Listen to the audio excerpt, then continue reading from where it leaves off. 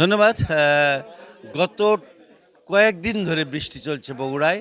রাতে বৃষ্টি হচ্ছে, দিনে সামান্য করে সূর্যের আলো। ফলে আপনার গোটা বগুড়া জেলায় কিন্তু সবজির দাম বাড়তে শুরু করেছে এবং সবজির দাম বলতে পারেন যে প্রতিটি সবজির দামই আপনার বেড়েছে। শুধুমাত্র আ আপনার পেঁপে এবং আলুর দামটাই কম আছে। পেঁপে ২০ টাকা আর আলু ১৫ টাকা।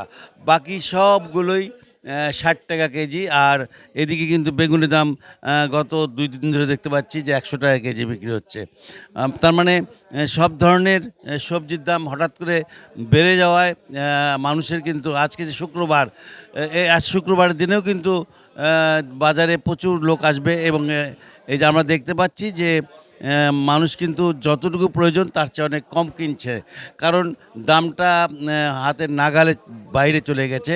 হাতের নাগালে থাকলে ঠিক তাদের প্রয়োজন মতো কিনতে পারত। কিন্তু এখন দেখতে পাচ্ছি যে সবজির দাম বেড়ে গেছে। সবজির দাম বেড়ে যাওয়াতে মানুষের মধ্যে কিন্তু মানে অস্বস্তিকর একটা ব্যাপার দাঁড়িয়ে গেছে। কারণ আপনার প্রতিটি জিনিসের দাম বেড়েছে।